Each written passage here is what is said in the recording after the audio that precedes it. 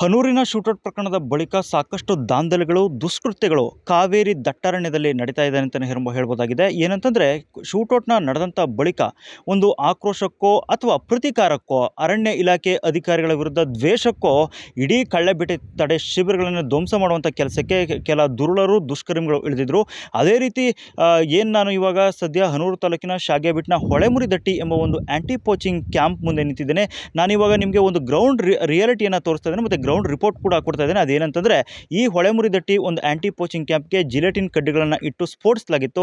ನಾನು ಇವಾಗ ತೋರಿಸ್ತೀನಿ ಬನ್ನಿ, ಆ ದುಷ್ಕರ್ಮಿಗಳು ಎಂತೆಂಥ ಕೃತ್ಯವನ್ನು ಈ ಶೂಟೌಟ್ ಪ್ರಕರಣದ ಬಳಿಕ ಎಸಗಿದ್ದಾರೆ ಅಂತ.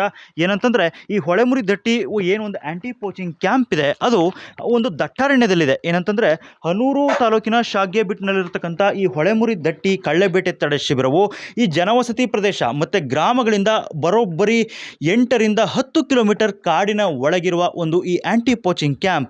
ಈ ಕ್ಯಾಂಪ್ಗೆ ಆಗಸ್ಟ್ 15ರ ಏನು ಒಂದು ಶೂಟೌಟ್ ಪ್ರಕರಣ ಆಗುತ್ತೆ, ಆ ಶೂಟೌಟ್ ಪ್ರಕರಣದ ಬಳಿಕ ಈ ಕಳ್ಳೆಬೇಟೆಗಾರರೇ ಇರ್ಬೋದು ಅಥವಾ ಈ ದುಷ್ಕೃತ್ಯವನ್ನು ಎಸಗಬೇಕು ಅಂತಲೇ ಇದ್ದಂಥ ಕೆಲವು ಕಿಡಿಗೇಡಿಗಳಿರ್ಬೋದು, ಅವರು ಈ ಏಕಾಏಕಿ ಈ ಆ್ಯಂಟಿ ಪೋಚಿಂಗ್ ಕ್ಯಾಂಪ್ಗೆ ನುಗ್ಗಿ ಈ ಕಿಟಕಿ ಮೂಲಕವಾಗಿ ಮತ್ತು ಇಲ್ಲಿದ್ದಂತಹ ಕೆಲವೊಂದು ಗೋಡೆಗಳ ಒಂದು ಬಿರುಕಿನಲ್ಲಿ ಎಲ್ಲದಕ್ಕೂ ಕೂಡ ಈ ಜಿಲೆಟಿನ್ ಕಡ್ಡಿಗಳನ್ನು ಇಟ್ಟು ಸ್ಫೋಟಿಸಿರುವ ಒಂದು ಗಂಭೀರ ಆರೋಪ ಕೇಳಿಬಂದಿದೆ. ಈ ಆರೋಪ ಸತ್ಯವೂ ಕೂಡ ಹೌದು. ಯಾಕಂತಂದರೆ, ಯಾವುದೇ ಹಾರೆಗಳಾಗಲಿ, ಯಾವುದೇ ಗುದ್ದಲಿಗಳಿಂದಾಗಲಿ ಮತ್ತು ಯಾವುದೇ ಮಾರಕಾಯುಧಗಳಿಂದ ಆಗಲಿ ಈ ಪರಿಪ್ರಮಾಣದಲ್ಲಿ ಒಂದು ಅತ್ಯಂತ ಸದೃಢವಂಥ ಕಟ್ಟಡವನ್ನು ಈ ಮಟ್ಟಿಗೆ ಧ್ವಂಸ ಮಾಡಲು ಸಾಧ್ಯವಿಲ್ಲ. ಜೊತೆಗೆ ಅಲ್ಲಿ ಏನು ಈ ಆರೋಪ ಕೇಳಿಬಂದ ಬಳಿಕ ಈ ಪೊಲೀಸರು ಇರ್ಬೋದು ಮತ್ತು ಸೋಕೋ ಟೀಮ್ ಅವರು ಕೂಡ ಇರ್ಬೋದು, ಸ್ಥಳಕ್ಕೆ ಪರಿಶೀಲಿಸಿದಂಥ ವೇಳೆ ಬಳಸಿದಂಥ ವೈರಿಗಳಾಗಿರ್ಬೋದು ಮತ್ತು ಈ ಜಿಲೆಟಿನ್ ಕಡ್ಡಿಗಳ ಕುರುಹುಗಳಾಗಿರ್ಬೋದು ಎಲ್ಲವೂ ಕೂಡ FSL ತಜ್ಞಕ್ಕೆ ಕಳಿಸಿದ್ದಾರೆ. ಈಗ ನಾವು ನೋಡ್ತಾ ಇರ್ಬೋದು, ನೋಡಿ ಯಾವ ರೀತಿ ಧ್ವಂಸ ಮಾಡಿದ್ದಾರೆ.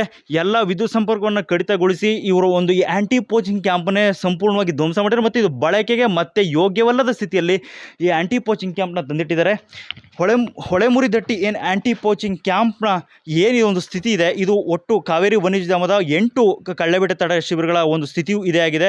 ಇನ್ನಾದರೂ ಕೂಡ ಸರ್ಕಾರ ಈ ಕಳ್ಳೆಬೇಟೆ ಶಿಬಿರಗಳ ಮೇಲೆ ದಾಳಿ ಮಾಡಿದಂಥ ದುಷ್ಕರ್ಮಿಗಳನ್ನು ಕೂಡಲೇ ಪತ್ತೆ ಹಚ್ಚಿ ಕಠಿಣ ಕ್ರಮವನ್ನು ಕೈಗೊಳ್ಳಬೇಕು. ಯಾಕಂತಂದರೆ ಅವರು ವ್ಯವಸ್ಥೆಗೆ ಸಡ್ಡು ಹೊಡೆಯುವಂಥ ಒಂದು ಕೆಲಸವನ್ನು ಮಾಡಿದ್ದಾರೆ ಅಂತಲೇ ಹೇಳ್ಬೋದಾಗಿದೆ.